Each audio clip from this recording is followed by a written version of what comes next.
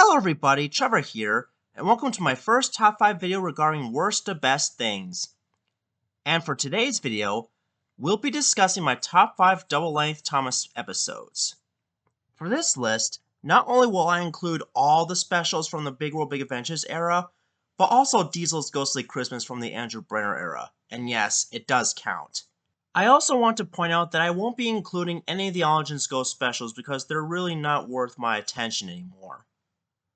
So without any more confusion or delay, let's begin ranking these double-length specials from worst to best. Number 5 is Steam Team to the Rescue. This one, in my opinion, is the weakest of the double-length specials because it stars the Steam Team. And sometimes I get a little bit tired of movies or episodes starring Thomas and the rest of the Steam Team. The story is the Steam Team had to work overtime to unload cargo at Brenham Docks because all the diesels were stuck at the diesel works, and Percy got trapped between walls of crates. This leads me to one of my biggest problems with this special. There are other engines left on Sodor, besides the Steam Team and the trapped diesels.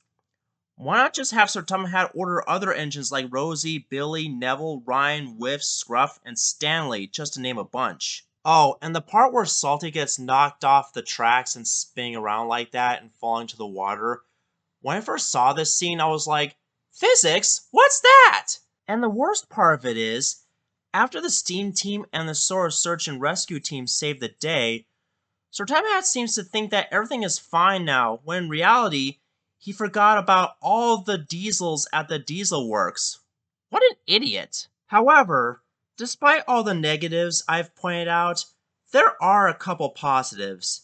For one thing, Big Mickey finally spoke again in this special after a while, even though his voice should have been UK exclusive since he is based on a hammerhead crane from the American Navy. And 2, I like the song that Thomas and his friends sang called Don't Stop because I thought it was very catchy. But aside from those things, this special was pretty bad and pointless. But if you like it, then that's totally fine. Number 4, Digs and Discoveries. This consists of 2 episodes, All Tracks Lead to Rome and Minds a Mystery. All Tracks Lead to Rome is about Thomas trying to prove Gina that he could find all things in Italy, only to get lost in an abandoned mine trying to deliver cargo to a museum. Minds a Mystery, on the other hand, takes place after that, and it's when Thomas finally finds the lost engine and his coach in the abandoned mine, which turn out to be Lorenzo and Beppe, and together, they escaped out of the collapsing mine and onto Stefano's deck. The reason this is low on the list is because it's basically a rehash of Hero of the Rails when it comes to finding a lost engine, as well as using certain elements in King of the Railway, particularly the abandoned mine sequence, and one or more pack members helping at the construction site. Oh, and speaking of which, I like the fact that the pack came back in this 2-parter, even though I wish they gave an explanation on why Brenda replaced Byron, but oh well. Here are some fun facts. All Tracks Lead to Rome and Minds a Mystery take place between Thomas Makes a Mistake and Grudge Match in terms of production order. Not to mention that the Lost Engine arc might be based on the Zanetti Ghost Train story, which I've never even heard of. While I do enjoy some parts of these 2 episodes, such as the new characters like Stefano, as well as Gina's new voice actress, which I think sounds better in comparison to Teresa Gallagher, no offense, but there are some questionable moments like when Thomas was tipping himself over while looking at the Leaning Tower of Pisa. Mattel, you do know that engines can't control themselves, right? I know I said I don't mind the bouncing sometimes, but this is the other extreme. What if Thomas's driver and foreman fell out of his cab like that? All in all, this double-length special is a little below average. It's not as bad as Steam Team to the Rescue, but it could have had some more originality to the story. But again, if you've enjoyed it, then that's fine. Number 3, Diesel's Ghostly Christmas. This is a Season 19 2-parter episode that's basically an adaptation of A Christmas Carol. Only this time, Diesel acts as Scrooge while Emily, Salty, Paxton, and Thomas play as their respective ghosts. The reason this is in the middle is because this is the very first double-length Thomas episode in the CGI series. Not to say it's bad or anything, I did enjoy it quite a lot, But the Christmas Carol trope has been done to death already. I mean, can't we come up with something new? How about a Thomas version of the Polar Express? Oh wait, that would be copyright infringement. But other than that, this episode was middle of the road. While I did enjoy some parts of it, like the fourth wall breaks with Paxton and Rocky, but it's not original enough to reach the #1 spot. And if you're a sucker for Christmas Carol adaptations, then this would probably be the perfect episode for you. Number 2, Marvelous Machinery. Like Dixon Discoveries, this one also consists of 2 episodes, A New Arrival and World of Tomorrow. In this story, a technology fair has come to Ulstead Castle where everyone shows off their new inventions, but one day, a couple of thieves named Baz and Bernie plan to steal the blueprints from one of the inventors, and it is up for Thomas and his friends to stop them once and for all. Let's talk about A New Arrival first. This episode makes the first appearances of Sunny, Ruth, and Kenji. Even though I like these characters quite a lot, but one scene I didn't like with Sunny was when after Rosie said hello, he snarls at her, which was quite rude. Another thing I don't like about this episode was the chase sequence where Thomas had to save one of the inventors from his runaway invention known as the Blast Booster 7, which is a blatant ripoff of the jet engine from Season 6 of the original Model series. But aside from those things, I think this episode has some nice visuals including the fireworks and Kenji's demonstration about electric railways.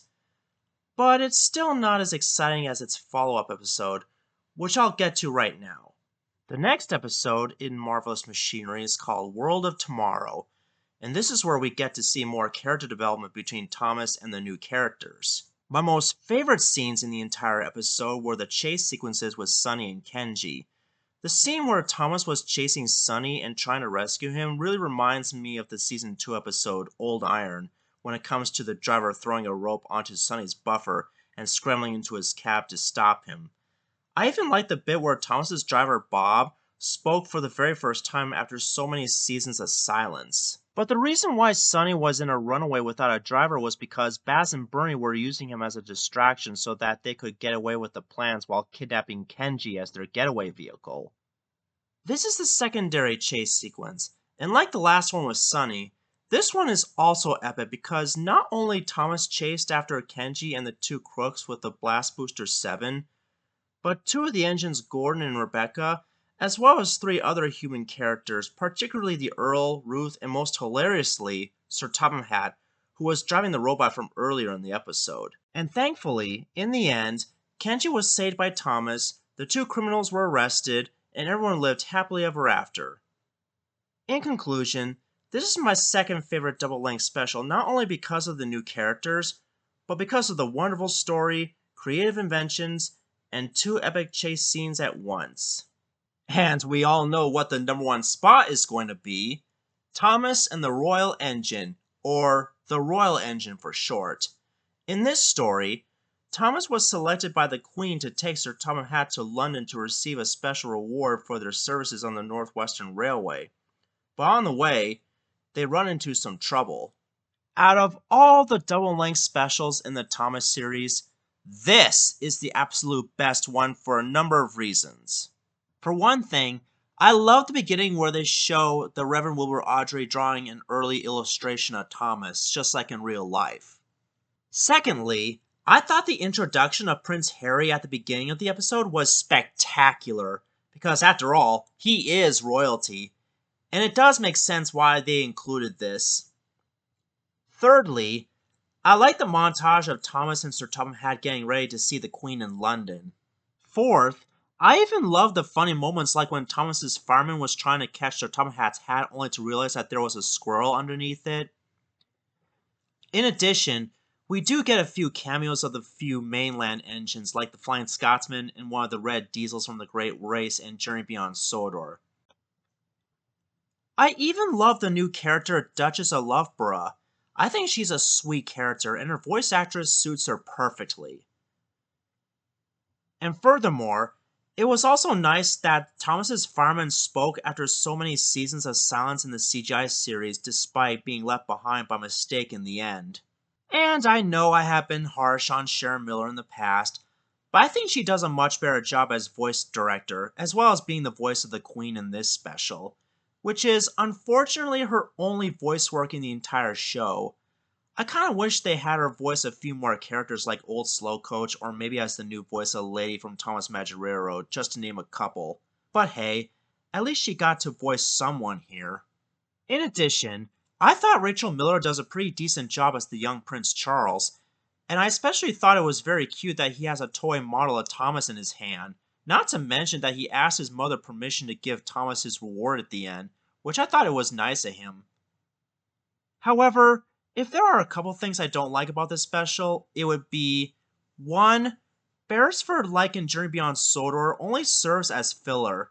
Not to say that I don't like the character, I think he's pretty funny and all, but if he were written out entirely, it wouldn't make that much of a difference. Secondly, how could Thomas stop by himself at one point in the episode without Sir Thomas Hat or his driver putting the brake on? It has already been established in Thomas Comes to Breakfast, as well as in Wayward Winston, that engines can't control themselves. But these things can easily be ignored because Thomas and the Royal Engine was overall a great double-length special, and I consider it the #1 best because of these reasons, and I highly recommend that you give it an honest chance. Oh, and one more thing. If you discount Thomas's Animal Friends as the series finale, production-wise, this is the true ending of the original series, which is such a shame because I would have loved to see more seasons and specials right after this. In fact, there are plenty of ideas for new episodes for seasons 25 or so. For example, you could borrow more ideas from the Railway series, annuals, magazines, and other non-televised books if you wanted to. And there are even some parts of the original TV series that have yet to be explored, such as the Peel Godric branch line, or some more screen time for the Normanby branch line, with Arthur being the only engine so far. As a die-hard Thomas fan like myself, even I can think of great ideas for new stories besides what Mattel can offer. But enough about that. I'd like to hear your thoughts on these double-length specials. Do you agree with my list, or do you have your own personal preference? My next video will be my secondary birthday unboxing one. I actually got done filming it earlier, but I don't want to finish editing it until I'm done with this top 5. As for my next top video, I do have plenty of ideas, but I want to hear some of your ideas for my next top video because I like to know. And it doesn't have to be Thomas, it can be Theater Tugboat, MLP, Disney, Nickelodeon, or even Cartoon Network. This is Trevor Davis, signing off.